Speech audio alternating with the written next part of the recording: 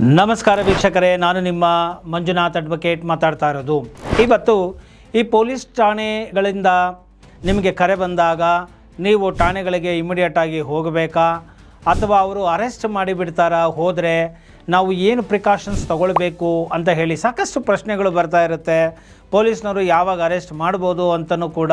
So ಇದಕ್ಕೆ ಸಾಕಷ್ಟು ನಾನು ಪೊಲೀಸ್ ರಿಲೇಟೆಡ್ ವೀಡಿಯೋಸ್ಗಳು ಅಂತ ಹೇಳಿ ಒಂದು ಪ್ಲೇಲಿಸ್ಟನ್ನು ಮಾಡಿದ್ದಾನೆ. ನೀವು ಅಲ್ಲಿ ಹೋದರೆ ಸಾಕಷ್ಟು ಮಾಹಿತಿಗಳನ್ನು ನೀವು ಪಡ್ಕೊಳ್ಬಹುದು. ಇವತ್ತು ಪರ್ಟಿಕ್ಯುಲರ್ ಆಗಿ ಈ ಒಂದು ದೂರು ದಾಖಲಾದಾಗ ಪೊಲೀಸರು ಯಾವಾಗ ಬಂಧಿಸಬಹುದು, ಯಾವಾಗ ಬಂಧಿಸಬಾರದು, ಮತ್ತು ನೋಟಿಸ್ ಕೊಡುವುದು ಅತ್ಯವಶ್ಯಕ, ಮತ್ತು ಅರೆಸ್ಟ್ ಮಾಡುವಾಗ ಗ್ರೌಂಡ್ ಆಫ್ ಅರೆಸ್ಟನ್ನು ಕ್ಲಿಯರಾಗಿ ಹೇಳಬೇಕು, ಮತ್ತು ನೋಟಿಸನ್ನು ಸರ್ವ್ ಮಾಡಬೇಕು ಅಂತ ಹೇಳಿ ಸುಪ್ರೀಂ ಕೋರ್ಟ್ ಇತ್ತೀಚೆಗೆ ಒಂದು ಡೈರೆಕ್ಷನನ್ನು, ನಿರ್ದೇಶನವನ್ನು ನೀಡಿರೋದ್ರ ಬಗ್ಗೆ ನಿಮಗೆ ಹೇಳಬೇಕು ಅಂತೇಳಿ ಬಂದಿದ್ದೇನೆ. Arrest is exception, not a rule for offences up to 7 years.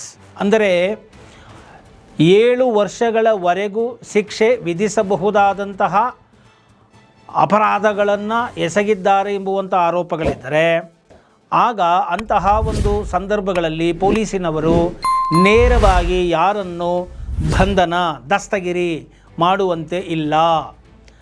ಪೊಲೀಸಿನವರು ಅಂತಹ ಒಂದು ಅಪರಾಧಗಳಿದ್ದಿದ್ದೇ ಆದಲ್ಲಿ, ಸೆಕ್ಷನ್ಗಳು ಇನ್ಸರ್ಟ್ ಆಗಿದ್ದೇ ಆದಲ್ಲಿ FIRಲ್ಲಿ ಅವರಿಗೆ BNSS ಸೆಕ್ಷನ್ 35/3 ಅಂಡರಲ್ಲಿ, ಅಂದರೆ 35 ಸಬ್ ಕ್ಲಾಸ್ 3 ಮುಖಾಂತರ ನೋಟಿಸನ್ನು ಆರೋಪಿಗೆ ಜಾರಿಗೊಳಿಸಬೇಕಾಗುತ್ತದೆ.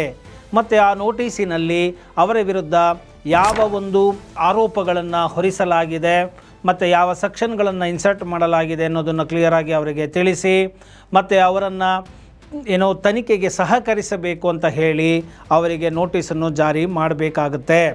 ಮತ್ತು ಆ ಒಂದು ನೋಟಿಸಿನಲ್ಲಿ ಸೂಚಿಸಿರುವಂತೆ ಆ ವ್ಯಕ್ತಿ, ಆರೋಪಿತ ವ್ಯಕ್ತಿಯು ನಡೆದುಕೊಳ್ಳದೇ ಇದ್ದಲ್ಲಿ ಅಥವಾ ಪೊಲೀಸಿನವರ ವಿಚಾರಣೆಗೆ ಕರೆದಾಗ ಹೋಗಿ ಸಹಕಾರವನ್ನು ನೀಡದೇ ಇದ್ದಲ್ಲಿ ಅಂತಹ ಸಂದರ್ಭಗಳಲ್ಲಿ ಮಾತ್ರ ಪೊಲೀಸಿನವರು ಈ ವ್ಯಕ್ತಿಯನ್ನು ಬಂಧಿಸಲೇಬೇಕು, ಬಂಧಿಸದೇ ಹೋದರೆ ಸಾಧ್ಯವೇ ಇಲ್ಲ ಎಂಬುವಂತಹ ಒಂದು ಗ್ರೌಂಡ್ ಸ್ಟ್ರಾಂಗ್ ಆಗಿ ಇದ್ದಾಗ ಮಾತ್ರ ಅದಕ್ಕೆ ಒಂದು ಲಿಖಿತವಾಗಿ ಅವರು ಯಾಕೆ ಬಂಧಿಸ್ತಾ ಇದ್ದಾರೆ ಎಂಬುದಾಗಿ ತಿಳಿಸಿ ಅವರು ಬಂಧನವನ್ನು ಮಾಡಬಹುದೇ ಹೊರತು ಸುಮ್ಮನೆ ಯಾರನ್ನು ಬಂಧಿಸುವಂತೆ ಇಲ್ಲ. 7 ವರ್ಷಗಳವರೆಗೆ ಅಪ್ ಟು 7 years ಅಂತ ಇದೆ.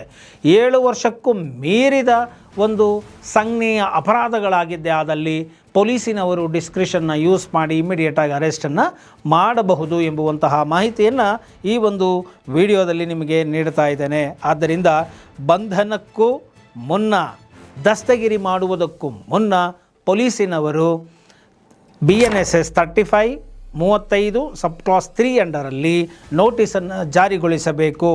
ಅವರಿಗೆ ವಿಚಾರಣೆಗೆ ಅವರು ಬರೋದಕ್ಕೆ ರೆಡಿ ಇದ್ದಾಗ ಸಹಕಾರವನ್ನು ಕೊಡುವಂತಿದ್ದಲ್ಲಿ ಮತ್ತು ಆ ವ್ಯಕ್ತಿಯ ಹಿನ್ನೆಲೆಯನ್ನು ಪರಿಗಣಿಸಿ ಪೊಲೀಸಿನವರು ವಿವೇಚನೆಯನ್ನು ಉಪಯೋಗಿಸಬೇಕೇ ಹೊರತು ಅವರನ್ನು ಸುಮ್ಮನೆ ಬಂಧಿಸಬಾರದು. ಬಂಧನವೂ ಒಂದು ಅಪವಾದವಾಗಿದೆ, ಎಕ್ಸೆಪ್ಷನ್ ಆಗಿದೆ. ಆದ್ದರಿಂದ ಸುಮ್ಮನೆ ಒಬ್ಬ ವ್ಯಕ್ತಿಯ ಸ್ವಾತಂತ್ರ್ಯವನ್ನು ಮತ್ತು ಆತನ ರೈಟ್ ಟು ಲಿಬರ್ಟಿ ಸ್ವಾತಂತ್ರ್ಯದ ಜೀವಿಸುವ ಹಕ್ಕನ್ನು ನಿರ್ಬಂಧಿಸಬಾರದು. ಸೊ ಪೊಲೀಸಿನವರು ಯುಕ್ತಾಯುಕ್ತತೆಯಿಂದ ವಿವೇಚನೆಯನ್ನು ಮಾಡಿ ಬಂಧನವನ್ನು ಮಾಡಬೇಕೇ ಹೊರತು ಪ್ರೊಸೀಜರನ್ನು ಫಾಲೋ ಮಾಡಿ ಏಕಾಏಕಿ ಯಾರನ್ನೂ ಕೂಡ ಬಂಧಿಸುವ ಹಾಗೆ ಇಲ್ಲ ಎಂಬುವಂತಹ ಒಂದು ಅತ್ಯುತ್ತಮವಾದಂತಹ ಸುಪ್ರೀಂ ಕೋರ್ಟಿನ ನಿರ್ದೇಶನದ ಮಾಹಿತಿಯನ್ನು ಸಾರ್ವಜನಿಕರ ಒಳಿತಿಗಾಗಿ ಈ ವಿಡಿಯೋ ಮೂಲಕ ತಿಳಿಸಿದ್ದೇನೆ. ಈ ಒಂದು ವಿಷಯ ನಿಮಗೆ ಇಷ್ಟ ಆಗಿದ್ದೇ ಆದಲ್ಲಿ ಮರೆಯದ ಹಾಗೆ ಲೈಕ್ ಕೊಡಿ, ಇತರರಿಗೂ ಕೂಡ ಶೇರ್ ಮಾಡಿ, ಕಾಮೆಂಟ್ ಮಾಡಿ ಅಂತ ಹೇಳ್ತಾ ಈ ವಿಡಿಯೋವನ್ನು ಇಲ್ಲಿಗೆ ಮುಗಿಸ್ತಾ ಇದ್ದೇನೆ. ಜೈ ಹಿಂದ್, ಜೈ ಕರ್ನಾಟಕ ಮಾತೆ.